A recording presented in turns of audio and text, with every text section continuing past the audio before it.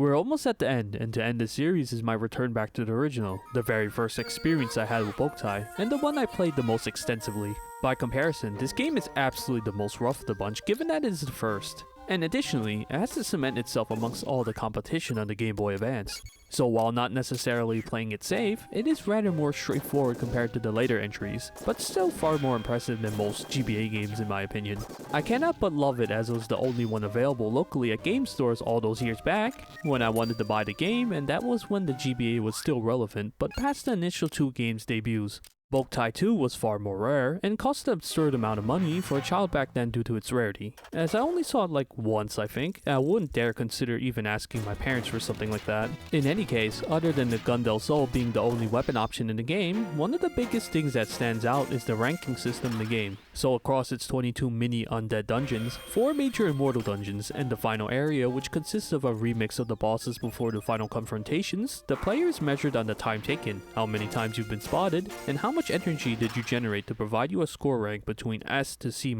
This applies per a small dungeon, the mortal ones, and overall on a game clear. Unlike the other Boktai games, this one heavily incentivizes stealth, speedrunning, and secrets as you can miss items in a playthrough, and finding such is encouraged through New Game Plus. This is also the only game that offers difficulties based on combat and puzzle difficulty that no doubt is inspired by Silent Hill, given that it is a Konami game after all, and an additional hard mode once you beat the game at least once. I've played this game so many times already, and while it is a nice trip down memory lane, I actually remember many things about it and very few things about the experience itself. I used to speedrun the game in one sitting before I even knew what speedrunning was, just to see if I could hit a better overall ranking. Overall, it's pretty rough around the edges from my current experience.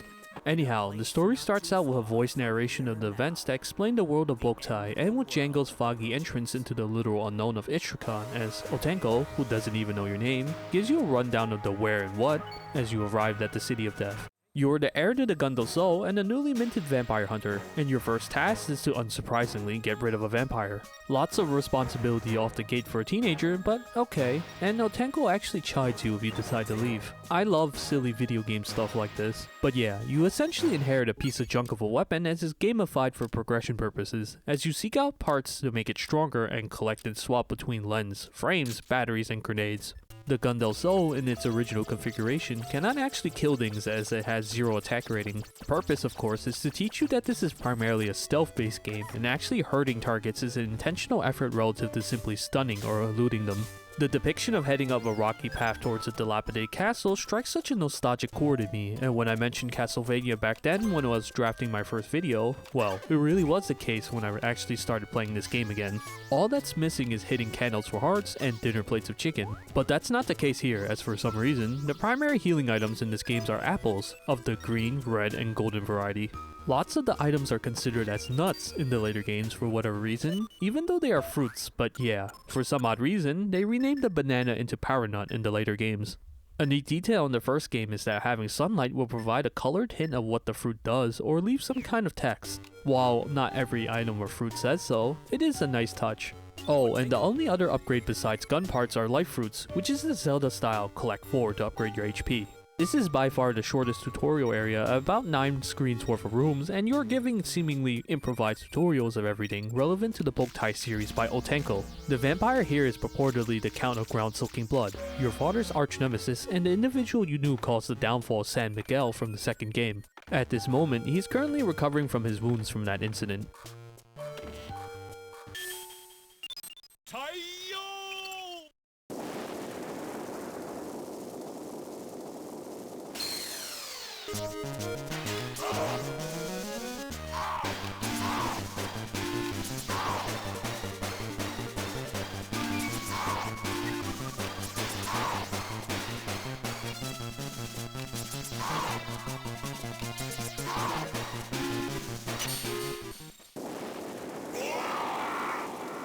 After defeating whoever it is in the box, the Count's voice can be heard as you actually defeated a double of him instead, and that sets up the precedent of the game. Mani, the Lunar Beauty, and Django's mother, which is unknown to him at the beginning, was captured during the city's fall. The objective here is to save her from the clutches of Hell, the Queen of Immortals. The presentation is rather simple, but I like it as the games afterwards don't have such an exaggerated introduction moving forward.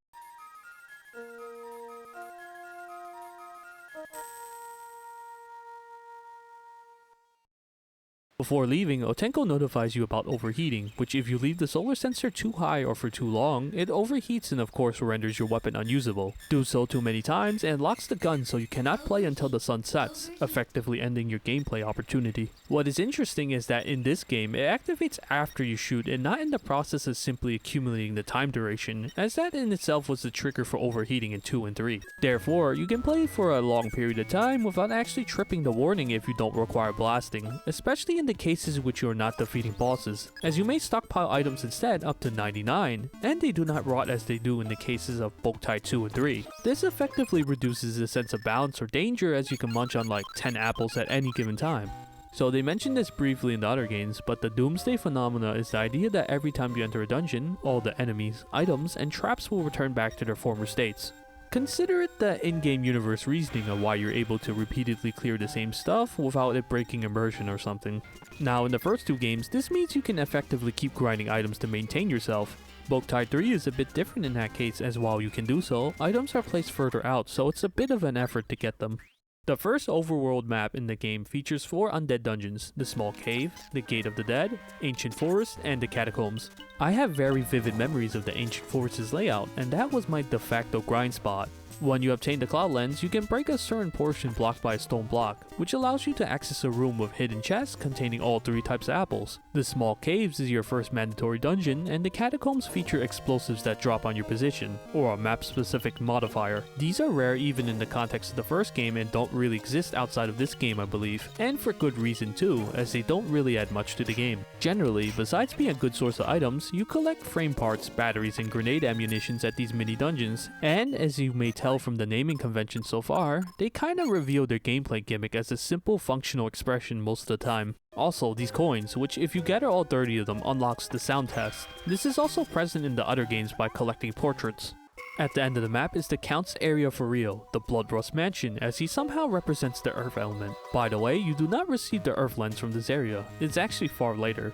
The second obtainable one is actually the Lunar Lens, or the elementless moon one throughout the series that does not require energy to perform attacks, but doesn't do damage as it's primarily used for puzzles. It's significant story-wise, as Otenko notes that it was Mani's, and likely is used as bait to lure you in, as the Count is likely toying with you. If it wasn't already noticeable, you might have noticed how rough the environments look, as that was the style of the first game. It was quite limited in how many types of blocks or assets there are, as you'll notice how repeated the various walls and textures of the game will be. This also applies to how narrow and strangely placed staircases and the like will be, as you will see later. That, and the minimal amount of music is far upgraded in the later titles. I actually got stuck for a bit as I remembered it, but didn't remember how to do some of the puzzles, specifically the one that required you to add up the number that the courtyard greenery pathway makes out, and the count schedule that you input with the large number panels on the floor. It's the kind of puzzle more on the safe side that didn't resemble anything else, and I like how it's only here given the lavish classiness of vampires. Although there are extra floors as well, you only need to get down below, come back up to the right, and use the elevator on the right side to reach him. The left side is designed for an expedited leave with the coffin, and just like before with my first playthrough, I yet again missed that upgrade in a first play context. Anyhow, the usage of a one-way elevator, as Otenko puts it, is really only used in this game, which is a shame given the absence of leaving the coffin as a intentional progression mechanic to reach it elsewhere is pretty rare. Enemies in this game can also attack the coffin to make it start moving as well, which is pretty much a non-problem though. You reach the count after completing various puzzles and gimmicks, which include block moving puzzles, weight switches, and whatnot. You hear snippets of conversation, which is actually Sabata as they discuss using Lita, the earthly maiden, as a sacrifice for their plans. Battles start, and the main gimmick is to reflect the swords back at him as they become imbued with sunlight after hitting them with the gun del Sol. Watch out as he can somehow bite you to recover his own HP, yet that doesn't make you a vampire interestingly here, as it's just classical vampire put in gameplay form. It's a neat touch that you can inflict damage on him if he steps into sunlight, and knocking off his cape provides you with a tonier.rm that makes it so it brings rain, or makes it cloudy so sunlight doesn't come through even if the solar sensor detects it. After defeating him, Lita thanks you for saving her, and she reveals that she is the earthly maiden responsible for tending San Miguel's solar tree. Notably, she is incredibly strong by her mentor's training, who is Lady the Guildmaster that you meet in the second game. As I mentioned before, I flubbed it so I didn't take the left or west side and took the bottom instead. And here's the first real purification. Note that the additional character visuals are not present in the original game, as it takes the same in-game model with a wavy purple transparency layer. It's pretty easy as he only uses the blood spike to deter you. Since the purification battle is all about ensuring your light beams are not overwhelmed by dark, it is far more slower paced overall. The rate of the Immortal's health drains slower, and you must manage all 4 pile drivers, as you cannot knock Immortals back in the center. That actually makes the fight faster in the second and third games.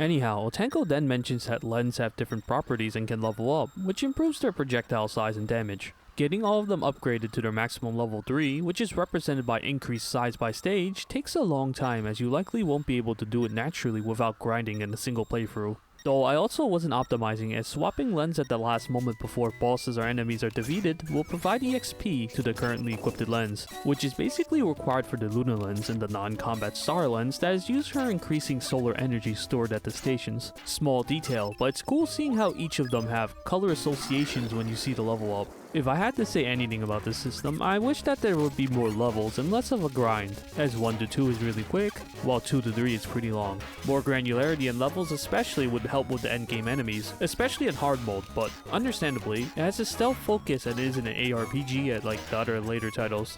The next tutorial is on the next screen over and divides the map now into the second map of the 4. Here's the solar tree, or what's left of it. They actually don't explicitly tell you that this actually grows in response to your sunlight accumulation, and Lita, who is actually the only NPC in this game, teaches you how to grow fruit. I thought this system was pretty cool when I was a kid, as this was one of my first experiences of having such a diverse list of items that do different things and is readily available to use. It was neat figuring out all the various combination of things you can make, and almost felt sandbox-like in nature of determining which scenarios work best for which items, as you can carry so many to try. It definitely reminded me of Metal Gear Solid in that respect. This aspect is missing from the later entries, but that's great considering I like the smaller inventory anyway in the later entries, as it encourages less digging into the inventory and therefore improving immersion, and higher stakes by minimalizing damage taken. This map has the most content in one area, as it has 7 small dungeons and 2 major ones. I won't really go over them individually from this point, but they offer their own gameplay that is usually separate from the main dungeons and often features stuff like Gundam soul parts and light fruit to collect. When I mentioned that the earlier games are puzzle design forward, these areas really demonstrate that, as they likely tried to fit as many things as the game pack could allow. Usually, these smaller areas are only a few maps in the 4 to 10 range of rooms, but generally increase in complexity somewhat. Later on, they attempt to diversify where the exit is, or increase the scope by adding multiple key doors, or making separate sections generally where you find the upgrades from where the actual trap room is to clear the level. All of this is designed so it works for its bite-sized time attack nature that usually doesn't take more than 5 to 10 minutes. The most interesting part of this segment of the game is that you may decide which of the 2 bosses to tackle first. The options are Garm, who is very wolf-like and is associated with the Permafrost area, or Moonspell, who is an Iron Golem with the Firetop Mountain area. I went with the ice area first, as I actually do like the ice pushing puzzles and the like. So as you enter, here's the bot again, as he previously told you to stop if you value your life. On top of the 2 choices initially, now you may choose between 2 paths to go here. The one that you did not take will dictate the path taken for the coffin run backwards. That's actually a really awesome gimmick, and I wish that the game had a lot more of this in the series overall, as this will be one of the last unique things in the game of that kind of nature. I took the left or west side instead. As for the dungeon itself, this is actually one of the most straightforward of the bunch, likely tied to its choice-based constraint. But one generality I want to mention is that puzzles are really easy overall, as they don't want to frustrate players too much, I suppose, for their first showing. There are elemental versions of the enemies you've seen before, which is another thing that surprisingly doesn't really make a return in the later titles. The spiky invisible guy called Steps, and the invisible variant of Box are removed as well. More and unique enemy types are a massive improvement that Boktai 2 makes. At this point, I think you've actually seen most of the enemies of the game, as the only other one I could think of is the Cockatrice. Enemies overall are far more prevalent here compared to the other games in terms of density and placement to make navigation more difficult, which, while still true later, is especially the case here to encourage stealth. Anyhow, onto the boss. Garm is actually my least favorite fight in the game. You just push ice blocks into it, which the boss conveniently spawns back.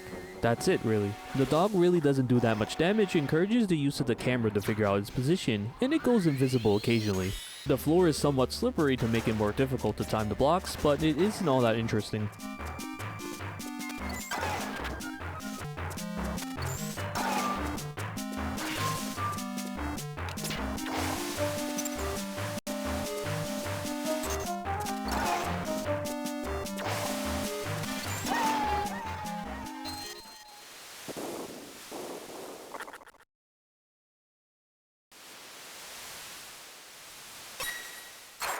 One thing that caught my eye is that each of the coffins are personalized to the boss itself, as this likely gave them the idea of coffin choices and customization later in the series. Although this one's and Muspel's are just a color swap, it is nonetheless one of those nice little touches. So the run back seems pretty close by, right? Of course not, as one of the more unique gimmicks of Boktai 1 is to introduce ideas deterring you in the process of pile driving. Garm blocks the sun overhead, which will cause a first time player to drag him all the way back if you selected this boss first. If you had the flame lens, then you could melt the overhanging ice, which is neat for New Game Plus expediting. The run back when you don't know the path on the first attempt is great, but it isn't too long. The game introduces these trap holes, which you can follow with the coffin for the first time, I believe. Anyhow, the purification also shows some of the later game's traits as well, as Garm and Muspel will occasionally deactivate one of the pile drivers with their associated element while also trying to attack the player and overpower the generators. If you had the oppositional elemental lens, you can stop it, but unfortunately it is not available as it is a reward for beating Muspel, and the ice lens is obtained vice versa with Garm. I have to say, with 4 sunlight, this guy took noticeably longer, and having one of the pile drivers offline occasionally isn't helping. A neat trick that I didn't utilize is that if you leveled your lens up to at least level 2, and if you're using a spread attack style frame, you can actually hit 2 of the drives at once instead of running around for each one. Unsurprisingly, you get the ice lens as a reward. On to Muspel then. The Firetop Mountain is all about a multi-level volcanic structure that was used for mining. It has you riding a bedrock platform as you raise the lava levels upwards. How do the various tunnels and shafts survive this extreme heat contact and maintain itself? I'd like to know that too. But anyhow, this is the most Legend of Zelda-like in its design and working around and about each section as you advance upwards. It's intuitive at a glance, but doesn't really do anything that you haven't seen before. What it does introduce are these silly moving platforms that are entirely a waste of time. When raising magma up to progress, you must then ride out these platforms to the next section. Some of them have items in green valuable chests to make it worth your time, but overall it's a very dated idea for traversal in of itself. Thankfully, it is used very sparingly in the other games. This will appear in several other dungeons and is the reason really why I wouldn't want to replay this game in this day and age. They also do the show you the boss before it's active trope here, which is cool. Sabata, as usual, is here to laugh maniacally at you. Near the top, you go through 3 distinctive sections to flip switches, which each conveniently drop a rock platform that allows you access across the magma. Very Zelda-like. When you finish the walkway, you get the most Zelda-style boss battle possible. Muspel is a larger version of the golems you've already experienced in the game, and has that signature rolling move. The primary tactic is to let it roll towards the edge so you can nudge it into the lava. While just like Garmin that you can hurt it directly, it doesn't do much damage. The major gimmick is that if you have the ice lens, you can skip the whole superheated phase that it has when you drop Muspel in, so you can defeat it faster. It drops occasional rocks from the roof, and later will drop fiery versions. The other thing that it does is that it transforms itself into 3 smaller golems, and just like the normal ones, you can bait them into running into each other. But that's it.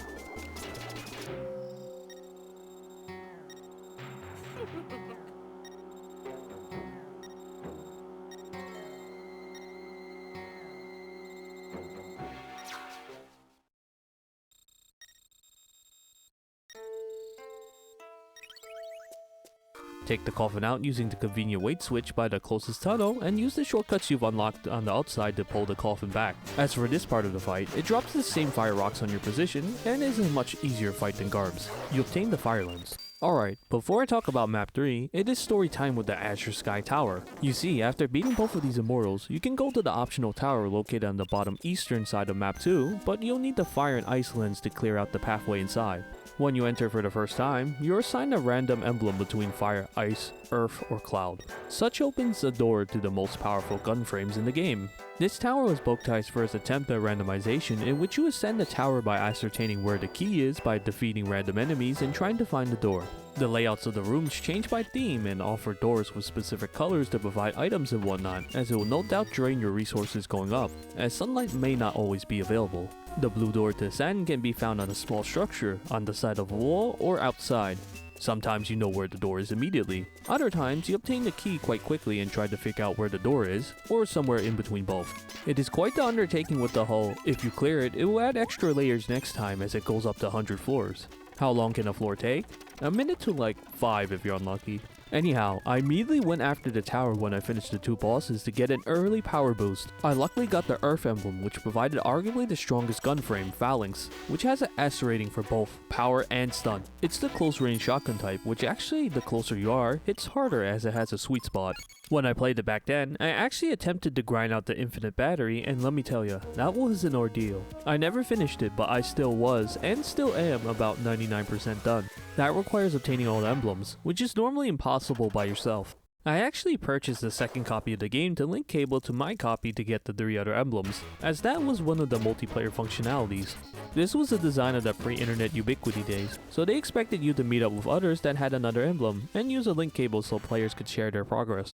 Well, no one I knew really had the game, so I kept restarting the second copy to trade it to myself. That was many additional playthroughs until that point that you could reveal the seeded emblem. If it wasn't the emblem I required, that's a restart, as it only is revealed after beating the 2 bosses. I don't remember how long that took, as it was essentially more difficult to obtain as the chance lowers naturally as you close in. But that's not all. If you wanted the Luna emblem, you would need all the other emblems first.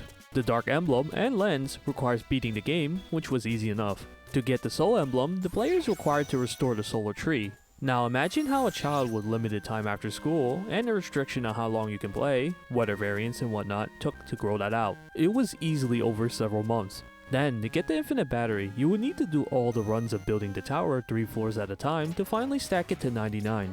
And then, you would do the whole 99 floors and then fight the Silvery White Knight again at the very top. Progress does not save here if you close at any point, by the way, so I was tethered to the Game Boy Advance's charging cable as I was grinding upwards. But that's not all. There is hard mode, which beating it provides you with the Gundel Hell's frame, and the dark battery from beating the game with the solar tree fully grown. Those 2 were necessary for using the dark lens. That was several more playthroughs. I even S-ranked the game and could have gotten the Soul of Trigger title log as the final goal, which required collecting all the gun parts and then beating the game with a S-rank rating. That meant very few detections, no retries, and so on while speedrunning it. I didn't use any guides or anything, as I was just determined to do it, as I would repeatedly beat the game to see what kind of score I could get. Was it worth it? No, not at all. But I can't say I've done it and don't recommend it. Now onto the third map. The amount of locales on this map lowers as the scope of the undead dungeons become larger, and especially the mortal area with 6 undead dungeons and 1 main one. While I said I wouldn't talk about mini dungeons anymore, I will talk about the Abyss, which is one of the hidden ones that doesn't have a road connecting it to the other areas on the map. This one features heavy usage of sunlight, as you'll see these solar panel walkways, which I think only existed here and in the final area specifically in order to progress. You can accidentally obtain the Curse of Camels here as well, but I think I've only obtained it once or so in my many playthroughs. You would normally wait for a week for it to disappear, or sit under a grown solar tree at dawn and have its morning dew bless you. If you experience too much rain exposure, the same occurs in 2 and 3, but it's far easier to cure there. In any case, it's very strange to see how the first game is rated higher when its use of sunlight stuff was more rudimentary, and all the actual unique gimmicks and interesting mechanics comes from the later entries. But this area does have this code you can input to get a life fruit, which I thought was neat. The other standout is the Delusion Forest, which is one of the few dungeons you have to beat in order to progress the game. Inside of it, you must obtain the Soul Flower for a Tenko in order to get to the Soul City. Otherwise, you cannot travel to a city that's in the sky. It's that video game thing of collecting something elsewhere that somehow arbitrarily has a purpose.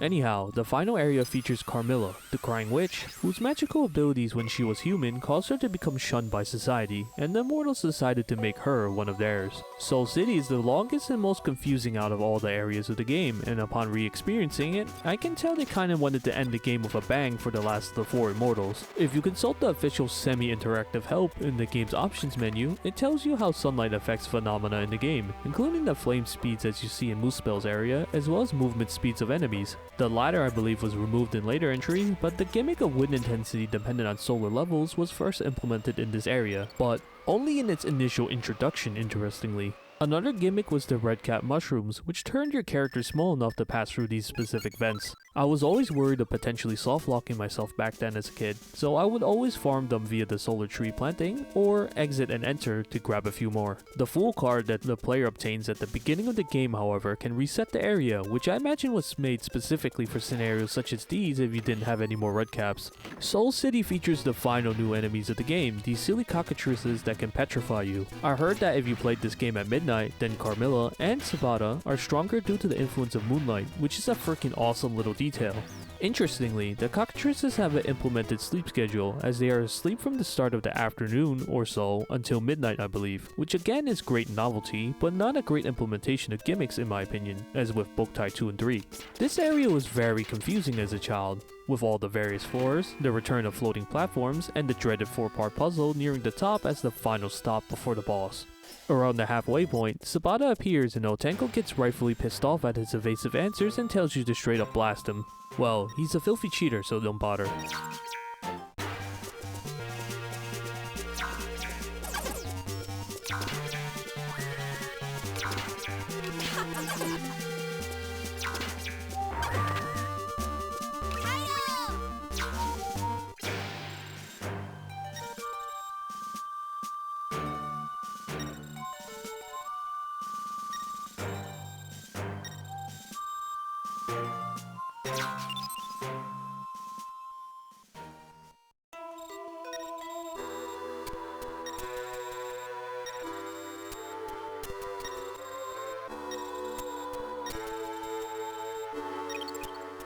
Afterwards is the second half, in which you go upwards after a few puzzles and floating platforms to get to the top. The only way to actually get in to start the dreaded puzzle is to go through a specific pathway that involves the outside, which is something I actually do remember from my childhood after recognizing the layout. The puzzles are quite simple after coming back as an adult, which poses the question, if this was primarily made for children, why make something like this? I remember this area was a common complaint for many people back in the day, so they aren't skipping on the gradual difficulty aspect I guess, but it was more of a giant unexpected wall. It's 4 puzzles in one, and one of the interesting things to note that this is one of the only areas in which you have micro loading screens, as it is too much for the GBA to handle at once. And the other is actually found with the double trap segment prior, where you get the Earth Lens. Here's Sabata, and Otenko seemingly perishes as he turns to stone by volunteering to walk first into any potential traps. So, do you like cheesing bosses? The boss battle is all about redirecting her beams back at her by using the same 90-degree rotating pieces, and if you redirect it to her tail tip, it does the most damage. You could do that, but you can also just keep launching grenades at her tail to bypass this altogether. You can also make a special type of pineapple grenade at the garden that launches more explosives I believe depending on how long you've charged it with sunlight. I actually remembered this midway through the fight itself, and you can use the pause button if you want to cheat a little more. Anyhow, she does a tail slam after the segment in which you can hit her for a bit.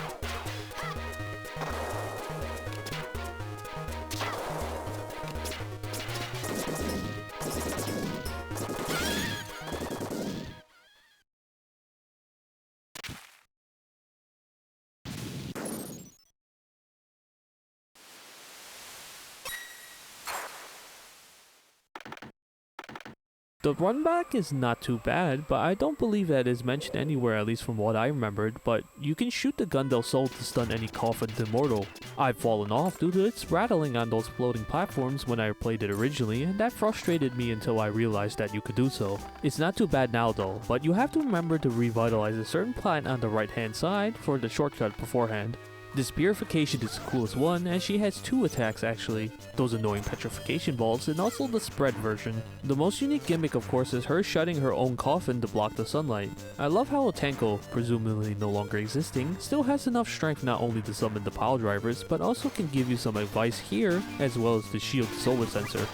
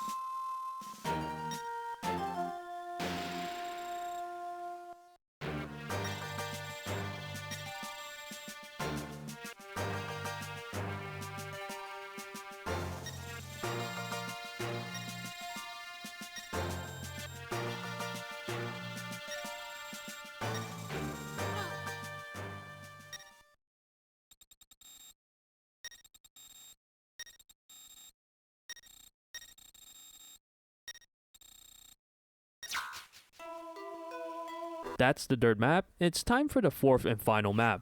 Well, it wouldn't be a JRPG game without final areas before the final section, which also houses the final remixes of the bosses before the boss leading up to the final boss. You have the last 4 mini dungeons here that serve as the hardest optional content available and are actually pretty good, though it feels more like a stopgap at this point for some extra items to fill up your inventory for the final encounters. As you teleport into the Dark Castle, the Count is here to provide Django with his origins as it's been hidden the whole time.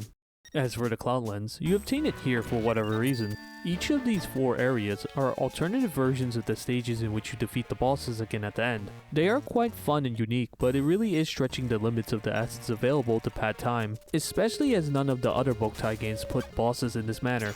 While that is a detriment, they still introduce cool new ways to interact with the game's mechanics, but are a bit longer than I remembered them to be. The Count's area introduces a devious puzzle, and the Fire area requires the use of raising the lava switch in a different manner.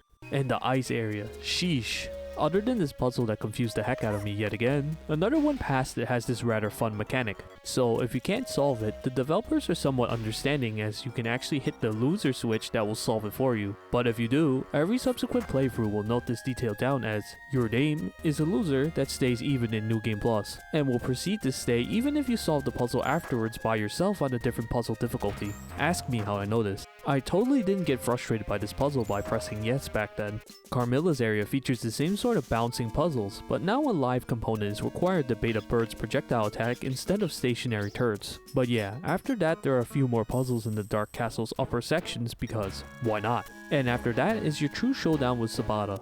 The fight itself is alright I guess, but it isn't too engaging as it doesn't have much going on. I remember purposely letting him discover you to run around him to quickly defeat him, although I don't remember if this counts for getting caught. He can make clones of himself that explode, and if you hit him enough, he drops solar nuts as the area itself has no way for you to charge back your energy. He takes the fight to the next phase as he utilizes dark energy beyond his normal limits to empower himself, a 2-parter boss fight. His new unique ability is this black hole style ball that moves about. If you break it, it will release a bunch of solar energy for you and alert him, which is a great way to deal with Sabata as he moves around more frequently now. Additionally, if you tap on the wall to get his attention now, you'll respawn back by launching a grenade at the position instead of looking around.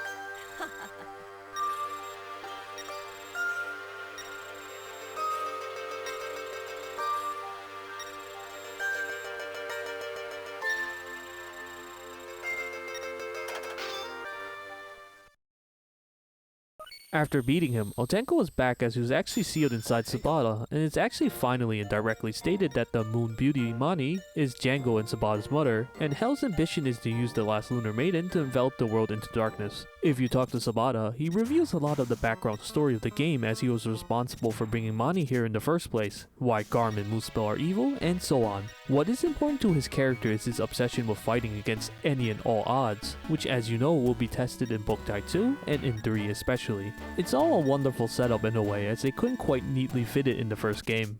With nothing to stop Django, you can finally fight the Queen of the Immortals. She largely repeats what is known previously, but thinks of herself as a benevolent ruler who is providing coexistence by causing everyone else to be undead, thereby escaping the cycle of life and death. Communications break down as Otenko, and I guess by extension Django, disagree fundamentally on the meaning to live, as it is necessary for life to be temporally fragile to give meaning to its existence. Individuals should give way to others for evolution to occur. The whole thing kinda reminds me of The Lord of the Rings, except if the elves were angry and the evil sort that did not allow man to succeed them and fought back instead of passing the metaphorical torch for the Fourth Age.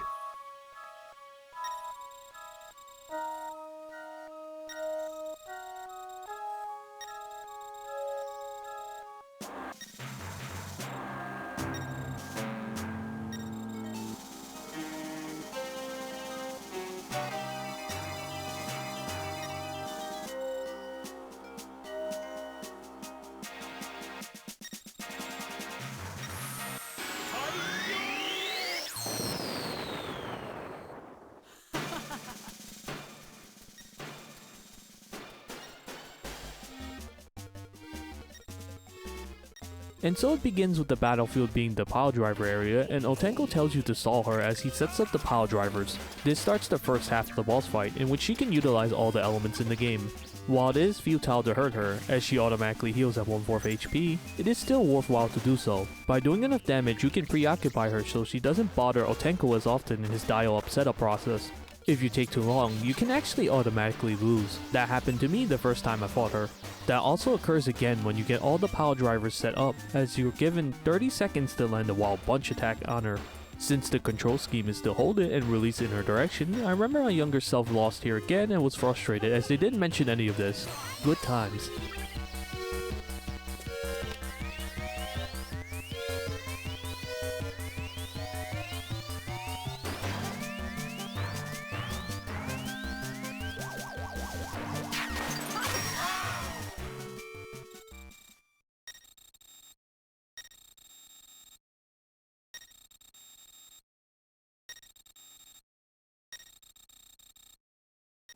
Unfortunately, enough time has passed and Hell is able to absorb the powers from the Moon Beauty, who isn't actually visible, and now Hell is now powerful enough to enact her plans. I love the framing in which Sabata saves you in the nick of time. It is the same exact one that you utilize for Boktai 2 when you battle Ringo for the first time. Cool, a cooperative fight.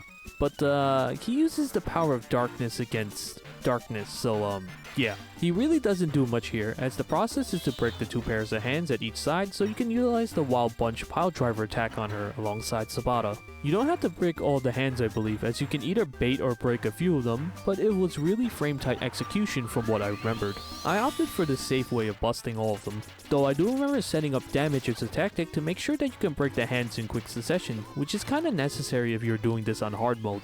This is because she can heal if she grabs either you or Sabata. It's always him. The ball shifts around left and right now to make it so landing the shot isn't as easy as the first time, but that's not really a problem. This is actually my favorite final boss fight of the series, as it requires some planning ahead and is the most difficult of the bunch in my opinion.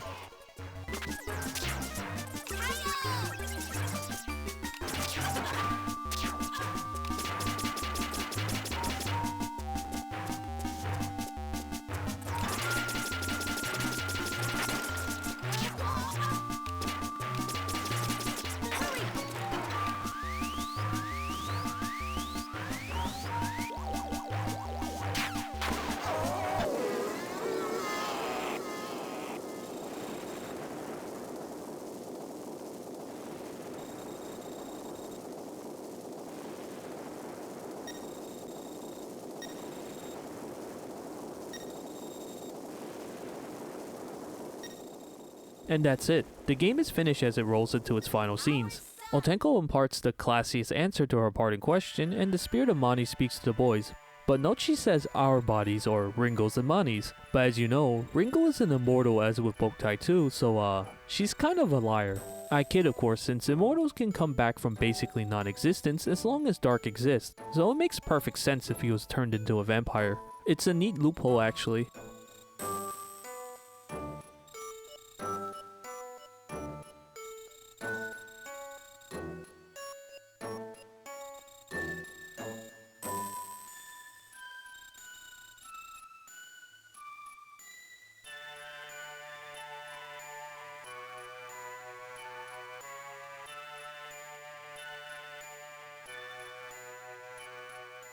With her final farewell, it's time for someone else to follow up.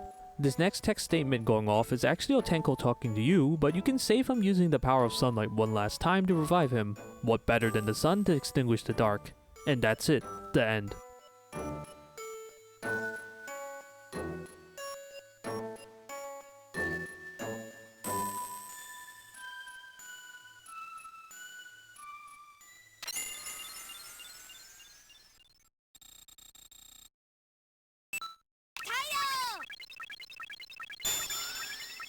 Otenko.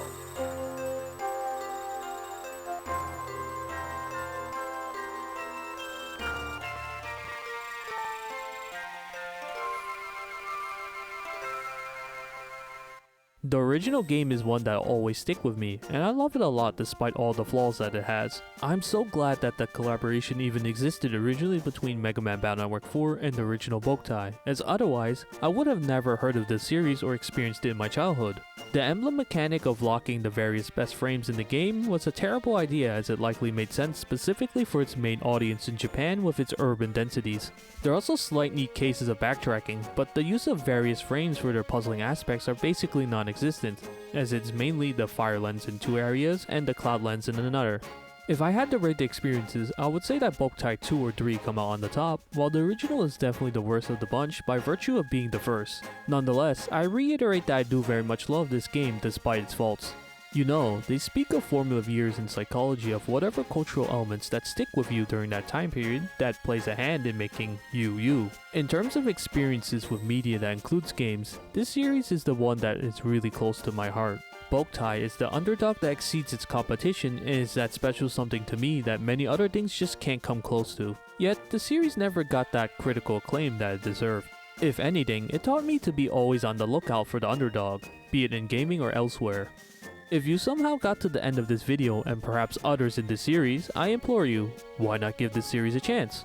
If not this series, how about revisiting that special something in your childhood that you haven't tried in a while, or something new altogether? In any case, wow, these videos are freaking finally finished with 60-ish hours of gameplay and writing 25k words, editing that, and then editing the video.